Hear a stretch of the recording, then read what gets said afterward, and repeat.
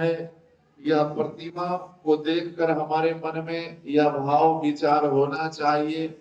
जो सदगुरु कबीर साहब का सिद्धांत क्या है, विचार क्या है, सदगुरु कबीर साहब इस संसार में इसलिए आए और सदगुरु कबीर साहब का वास्तविक उद्देश्य क्या था, इसको हम लोगों को जानने की जरूरत है। और प्रतिमा से अपने आप में सदगुरु कबीर के विचार को जानने और मानने की जरूरत है।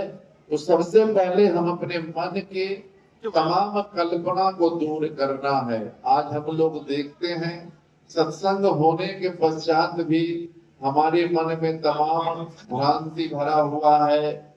ना जाने हम लोग कितने तीरथ व्रत देवी देवता भूत प्रेत झाड़ फूक के चक्कर में फंस करके अपने मनुष्य जीवन को हम व्यर्थ गंवा देते हैं। जो मनुष्य सभी खानियों में, सभी प्राणियों में सर्वश्रेष्ठ यह एक ज्ञानी प्राणी है, विवेकी प्राणी है।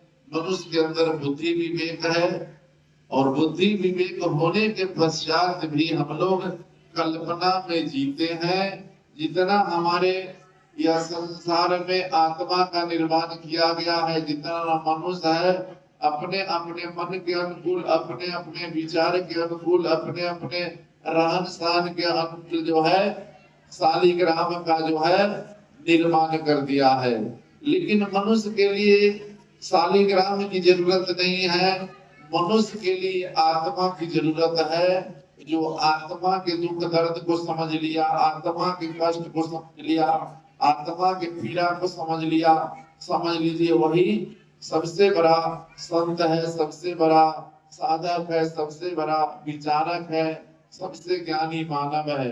क्योंकि सदगुरु कबीर साहब मानव के अलावा किसी भी पानी पत्थर पहाड़ के पीछे मनुष्य को जाने के लिए नहीं कहे हैं। सदगुरु कबीर साहब मनुष्य को मात्र कहे हैं तुम आत्मा की पूजा करो, परमात्मा की प्राप्ति हो जाएगी। लेकिन हम लोग आत्मा को दुख दर्द दे करके परमात्मा ढूंढ रहे हैं। जो परमात्मा यह संसार में नहीं है, परमात्मा आपके हृदय रूपी मंदिर में है। यह मंदिर को हमें ज्ञान के द्वारा, बुद्धि विवेक के द्वारा जगाने की जरूरत है, सफाई करने की जरूरत है। लेकिन हम लोग यह मन